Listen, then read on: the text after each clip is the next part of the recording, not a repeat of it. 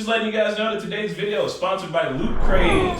Loot Crate is a monthly box subscription service full of all sorts of dope nerd gear, and we're going to be opening up this one and seeing what's inside of it. Now, this is an old Loot Crate from a past month, but when you order a Loot Crate, you're going to get a future month. Naheed, haven't you had a Loot Crate for a while? Yeah, bro, I've had a Loot Crate for like the last 2 years straight. It's amazing. Literally, all my wardrobe is Loot Crate. You'll see this is a Loot Crate shirt. I don't know what year this was or what month, but hey, man, it's great. You know, the wardrobe is awesome. I feel like I'm always in style. They have some of the coolest toys, and I love it. Well, if you want this Naheed drip, you can get 15% off right now. Let's see what's inside. Yeah! Man, editor, when you get to the part where he says Naheed drip, just... Here goes the Loot Crate. Ooh. It's a great box. You can actually use the box itself and make like a cool item. So I wonder what theme this one is. I love opening these boxes.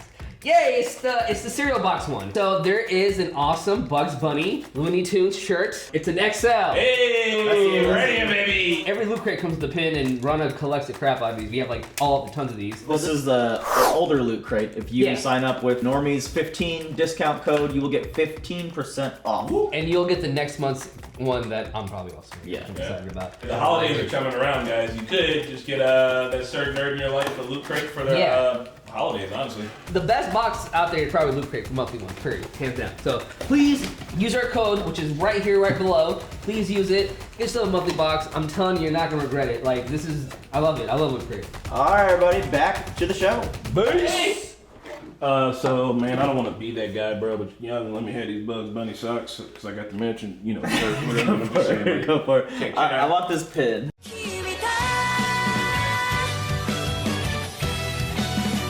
Hey guys, it is us, the Normies, back to watch more of the 7 Deadly Sins. This is Season 3, Episode 2, Memories of the Holy War. We're trekking on through with the new season. Like I said, the last episode, it was a good intro. It was a good intro. Not much to say. Let's just jump right into it more than anything. Just remember, guys, this is not a market substitute for the actual 7 Deadly Sins show. 7 Deadly Sins show. Please support the OG content on Netflix. If you want to jump ahead, check out our Patreon. Our Uncuts are on there as well. If you can't do either of that, please just comment, like, or subscribe. You know, man, just tell us how your day is. Tell us how this episode made you feel. Man, we got gnats in this bitch. But support, likes, guys. We can't wait to get into this with you guys. Let's go. We love you guys. Have a great day.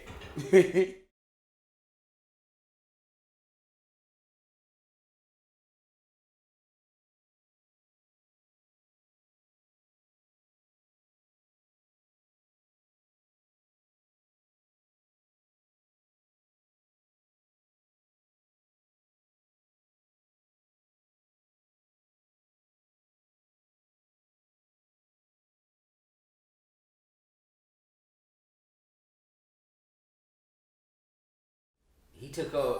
What's his fat took over his spot? Bro. No, he said he's. Look, actually, go back. I thought I heard. So I'm saying piety. Hold up. If he was piety, let me hold on. I know we usually don't go back. No, right? it's okay. No. Go, please. Because I think he might be Zeldris's spot. Because Zeldris is of piety. Kamoto's of piety. Piety is Zeldris, if I'm correct. So he must be Zeldris' replacement. I don't know. Or Zeldris must have replaced him. Damn, bro. Hey, man, the history behind these two is like way it's far. starting to be. I feel like the only person that really knows the actual history of any of this is Meliodas, and he says nothing about it whatsoever. Nothing about it whatsoever. I've been saying that for forever. Like, it's a reoccurring. It's almost part of the story. Yeah. His acting like oblivious to everything. Yeah, bro. It's just like. In the movie, the whole, not the sidetrack, in the movie, the idea of this guy going to another world and spending that much time in another world, like, not really saying nothing about the fact that he was there to anybody, says a lot about this guy's character. Yeah. This man flipped into another world, got took, let himself get kidnapped and arrested, and just was sitting there like just nonchalant about whatever. I mean, that's who he is, so lack of information from this guy. And now we see going back, he has more of an explanation for some of this stuff than we probably know. This has been a long-going battle that's been going on for longer than like any of them can imagine. Yeah, it's been kind of ongoing, and it's just like, first of all, I'm glad we got the confirmation. It's just like they all know each other. Like it's just like they're friends. I mean, I don't know how to. The 10 Commandments, the God is raised, it's like you know when you find out that like. The same companies that own Coke and Pepsi are the same thing or whatever the fuck. Yeah. It's like, damn, y'all all know each other? Like, what's going on? You know, like, what do you guys, what's going on here? Like, what the fuck? What kind of squabble have you guys gotten into that's costing the lives of millions and millions of human beings? Like, jeez. And it also seems that whatever happened with the goddess race, for them to come down, he said that they exhausted their powers from to shrink down. Like, they coexisted until they couldn't, and they fought themselves to extinction. Exactly. So whatever the actual they can't have a physical form of their bodies. Yeah. So it's just like, that's out the window. Yeah, man, some fuckery went around. I'm also really, really glad that you made a really good point when you were talking about Gloxy and Droll. Those guys are not demons. You know what I mean? No. And they were good before. They're former leaders, and they talk about how the trail made them jump ship. I feel like they're trying to pass the baton on to these two. I mean, not only that, bro.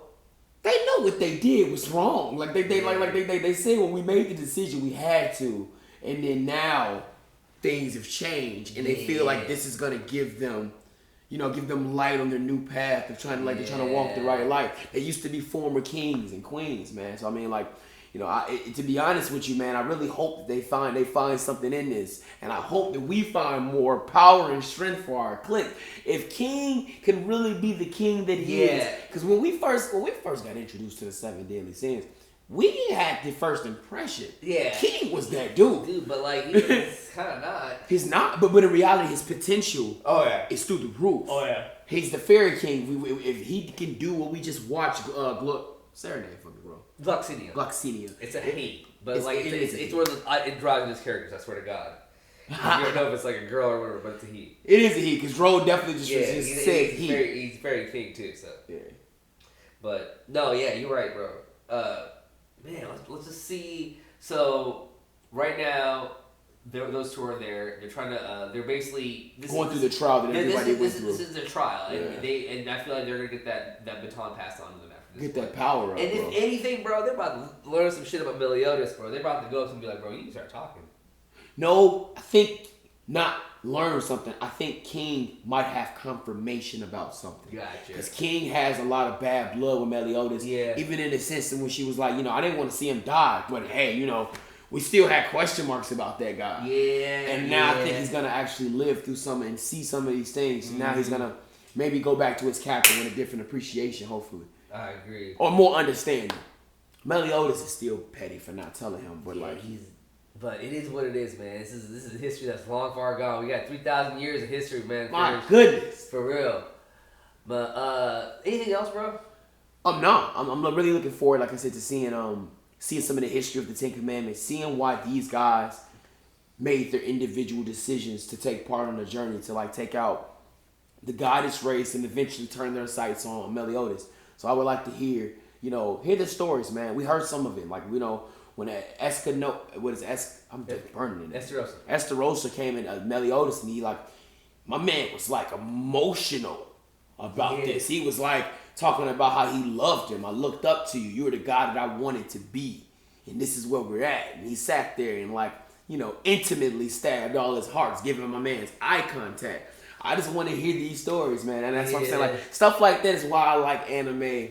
And it's stuff like that could never make this bad when you got these type of backstory. So kind of relationships going on more than anything. I'm boring. No, other than that, I'm surprised we got 2 hours of sleep last night. I'm tired. I'm cleaning all night. He has a young son, Vincent. Yeah. All right, y'all. We'll see you guys in the next one. Peace. Thank you all so much for watching this week's episode of the 7 Deadly Sins. We'd like to give a special shout out to our super patrons, Exploring Dylan, Ruby, Aaron, Joe Mags, Harry MacFan, and Mr. Momus. Thanks again and have an awesome day.